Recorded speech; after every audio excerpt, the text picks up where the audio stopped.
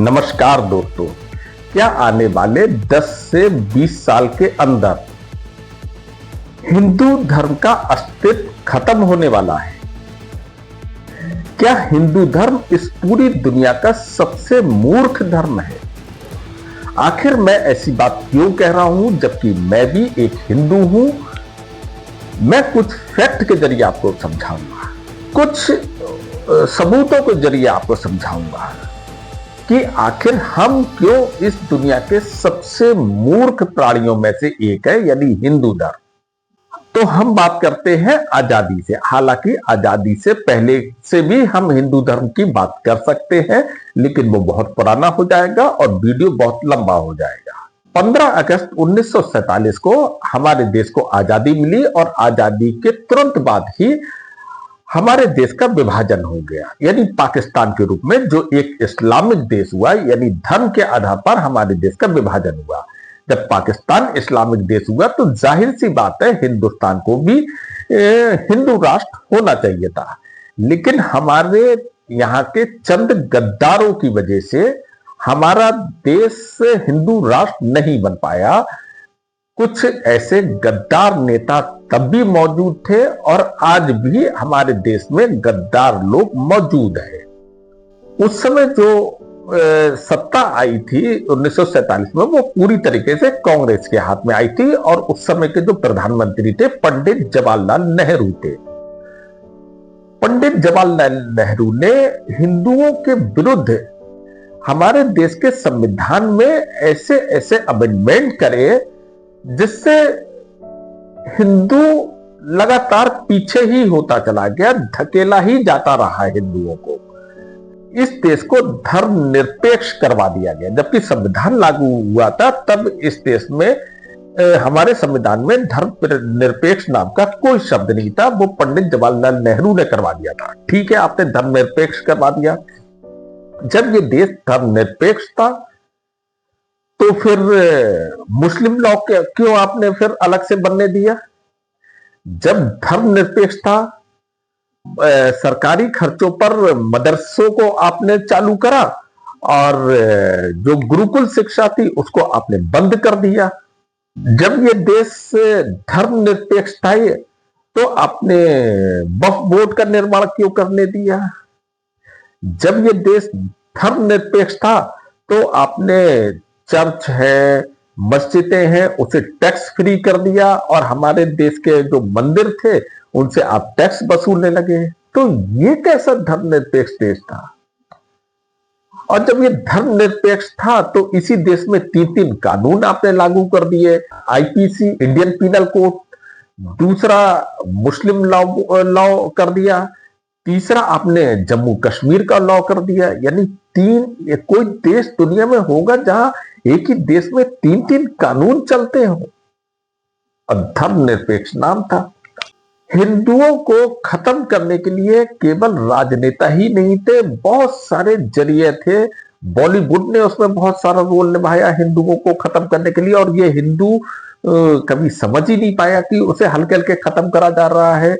बहुत सारे, जैसे बॉलीवुड में ऐसी ऐसी पिक्चरें आपने देखा होगा, कई अमिताभ बच्चन की पिक्चरें जो मंदिर में जूता पहन के खड़े होते थे और भगवान से लड़ते थे, घंटा हिला देते थे कि मैं तो नास्तिक हूं, मैंने आज पहली बार आया हूं, और ये है, भगवानों को गालियां दी जाती थी और यही हिंदू मूर्ख तालियां बजाया करते थे उस पे।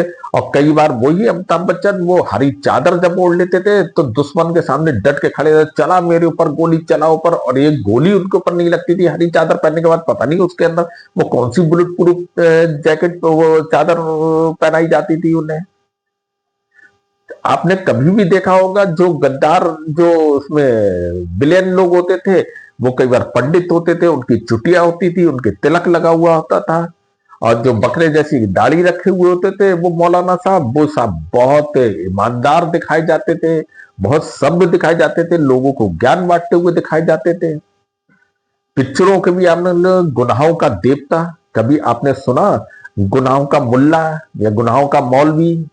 एक मूवी आई थी हवस का पुजारी, कभी आपने सुना हवस का मौलवी? मुंह में राम बगल में छुरी, कभी आपने सुना मुंह में अल्लाह बगल में मौलवी? पोंगा पंडित, कभी आपने सुना? पोंगा मुल्ला या पोंगा मौलवी। इसी तरीके से बहुत सारे एक पिक्चर बनी थी जो कादर खान और असरानी की थी, पिक्चर का नाम मुझे याद नहीं आ रहा है, जिसमें कादर खान ने यमराज का रोल निभाया था और असरानी ने चित्रगुप्त जी का रोल निभाया था, और दोनों को कार्टून दिखाया गया था। यानी यमराज जो थे वो बड़ी सी आइसक्रीम लेके यम है हम कहते हुए थे, और असरानी बिल्कुल कार्टूनों की तरह असरानी का रोल निभाया गया था, जो कि चित्रगुप्त जी का रोल निभा रहे थे। जानते हैं यमराज जी का कितना बड़ा, बहुत बड़े देवता है जो धर्मराज की पदवी से जिन्हें नवाजा गया है। और जो चित्रगुप्त जी हैं वो पूरे हर व्यक्ति का लेखा जोखा रखते हैं, यानी कर्म के आधार पर जो भी फल मिलता है उसका पूरा लेखा जोखा वो यमराज जी को दिया जाता है, और यमराज जी उस पर अपना फैसला देते हैं। यानी कितने बड़े ये दोनों देवता थे, और उनको कार्टूनों की तरह दिखाया गया, और यही मूर्ख हिंदू उस पर ठाके मारते हैं। उस पिक्चर को हिट करा दिया इन लोगों ने। किसी ने ऑब्जेक्शन नहीं उठाया कि भैया ये धर्मराज के ऊपर आप इस तरीके की मूवी बना रहे हो, आप चित्रगुप्त जी को आप कार्टून उसमें दिखा रहे हो। आपने शोले में भी आपने देखा होगा कि साहब वो जो A.K. हंगल थे वो कितने नवाजी थे, उनका लड़का भी मर गया तब भी वो ऊपर अल्लाह से नाराजी नहीं हो रहे हैं कि मैं अब आज अल्लाह से पूछूंगा कि मुझे एक ही बेटा क्यों दिया और बेटे क्यों नहीं दिए शहादत के लिए। मतलब बढ़ चढ़ के ये बॉलीवुड ने रोल निभाया हिंदू धर्म को बदनाम करने के लिए, हिंदू धर्म को खत्म करने के लिए, और ये मूर्ख हिंदू उन्हीं पिक्चरों को हिट कराते रहे। इसी तरीके से जो वामपंथी लोग हैं वो हिंदू धर्म के लिए बहुत बड़ा खतरा है। आप जब जानते हैं कि जब 1962 में हम चाइना और हमारे देश का युद्ध हुआ था तो वो किसके साथ वामपंथी खड़े थे? वो चाइना के साथ में खड़े हुए थे, हमारे देश के साथ में नहीं खड़े हैं। तो इस तरीके के लोग जो हैं वो बहुत ज्यादा खतरनाक है हिंदू धर्म के लिए। हिंदू धर्म के लिए उनका जिहाद तो खतरनाक है, लेकिन उससे भी बड़ा जो खतरा है वो हमारे देश में जो हिंदू गद्दार लोग हैं उनसे हिंदू धर्म को सबसे बड़ा खतरा है। हिंदू धर्म अगर ये सोचता है कि बीजेपी हमें बचा लेगी, बीजेपी बचा लेगी, मोदी योगी बचा लेंगे, तो वैसा भी ये मोदी और योगी आपको तब तक बचा पाएंगे जब तक आप लोग बहुसंख्यक हो। जिस दिन आप बहुसंख्यक नहीं रह गए, ना मोदी आपको बचा पाएंगे ना आपको योगी बचा पाएंगे, क्योंकि इनका जो जिहाद चल रहा है वो बहुत पूरी प्लानिंग के साथ में जिहाद चल रहा है। इन जिहादियों का जो मकसद है 2047 तक हिंदुस्तान को इस्लामिक राष्ट्र बनाना है। केरल में पीएफआई के दफ्तर पर जब हमारी खुफिया विभाग की टीम ने छापे मारे तो उसमें पूरी प्लानिंग निकली, कैसे कैसे इस देश को इस्लामिक राष्ट्र बनाना है। ये पूरी प्लानिंग थी कि 2047 तक वो बना लेंगे, वास्तव में बना लेंगे, क्योंकि उनका जो जिहाद है वो बहुत बड़े स्तर पर चल रहा है। चाहे वो घुसपैठ जिहाद हो, चाहे वो लव जिहाद हो, चाहे वो बच्चा पैदा करने का जिहाद हो, हर तरीके से वो इस देश में पॉपुलेशन बढ़ा रहे हैं। उनका मानना है कि हम इस देश के गद्दारों के संग में मिलके अपनी पॉपुलेशन बढ़ा के हम इस देश को इस्लामिक राष्ट्र बना देंगे और आप कुछ नहीं कर पाएंगे। आप मोदी और योगी के सारे ही बैठे रहेंगे। हिंदुओं को अगर अपनी रक्षा करना है तो यह आखिरी समय चल रहा है। जब तक आप अपनी रक्षा के लिए शस्त्र चलाना नहीं सीखोगे, आप अपनी रक्षा नहीं कर पाओगे। आपने महाभारत के युद्ध में भी देखा होगा कि जब अर्जुन ने अपने गांडीव को नीचे रख दिया था, उसमें भगवान श्री कृष्ण ने उन्हें समझाया था कि हे अर्जुन, अब ये धर्म और अधर्म के बीच की लड़ाई है। अगर तुम उन्हें नहीं मारोगे तो ये तुम्हें मार देंगे। जब धर्म और अधर्म का युद्ध हो जाता है तो शस्त्र उठाना धर्म का काम होता है। पता नहीं ये हिंदू कब सोचेंगे। वो सोचते हैं कि हमने बीजेपी को वोट दे दिया, मोदी योगी को जिता दिया, अब तो हमें कोई कुछ कर ही नहीं सकता। तो वैसा भी ये ज्यादा से ज्यादा आपके 10 से 15 साल तक आपकी हेल्प कर सकते हैं, आपको बचा सकते हैं। उसके बाद आपको ऊपर वाला भी नहीं बचा पाएगा। अगर आप सोचते हो कि ऊपर वाला बचा लेगा तो उस राम मंदिर को राम ने अपने नहीं बचा पाए थे, तो आप कौन हो? भगवान प्रत्यक्ष रूप से कलयुग में काम नहीं करेंगे, आपको अपनी मदद खुद करना पड़ेगी। बहुत से लोग कहते हैं कि हिंदू धर्म वो हस्ती है जो मिटती नहीं है हमारी। अरे भाई साहब, आपको पता है कि हिंदुस्तान कितना बड़ा था, सब जगह से हस्ती मिट गई। अफगानिस्तान में हिंदू थे, आपकी हस्ती मिट गई। पाकिस्तान में हिंदू थे, आपकी हस्ती मिट गई। बांग्लादेश में हिंदू थे, आपकी हस्ती मिट गई। कंबोडिया में आपकी हस्ती थी, मिट गई। मतलब हिंदुस्तान इतना बड़ा था कहते हैं, और सब जगह से हस्ती मिट गई, और एक निश्चित जगह पर हिंदू रह गए हैं।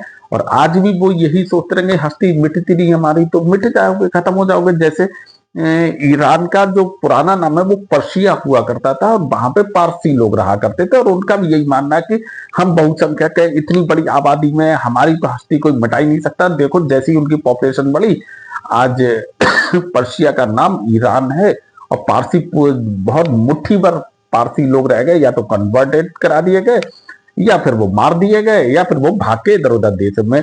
कुछ मुट्ठी भर लोग हैं, बस पारसी लोग वो रह रहे हैं, और उनकी हस्ती मिट गई, कोई देश भी छिन गया, सब कुछ छिन गया।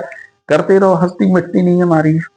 एक सबसे मजेदार जो विपक्ष है हमारे यहाँ का, वो इतना गद्दार है। मैं एक फिलहाल तो अपनी वीडियो समाप्त करने जा रहा हूं, और अगर आप लोग समझदार हो तो समझ जाना, नहीं समझदार हो तो कोई बात नहीं, खत्म हो जाना। 15 से 20 साल के बाद का समय बचा है आपके खत्म होने का।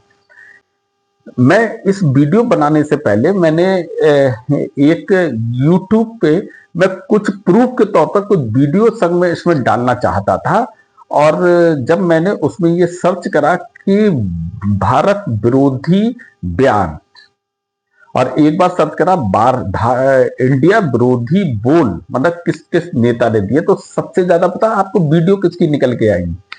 राहुल गांधी की सबसे ज्यादा वीडियो। उसके अलावा अखिलेश की भी निकली, बहुत सारी निकली, सारे विपक्ष की निकल के आई। आप भी सर्च करके देख लेना यूट्यूब पर ये बात।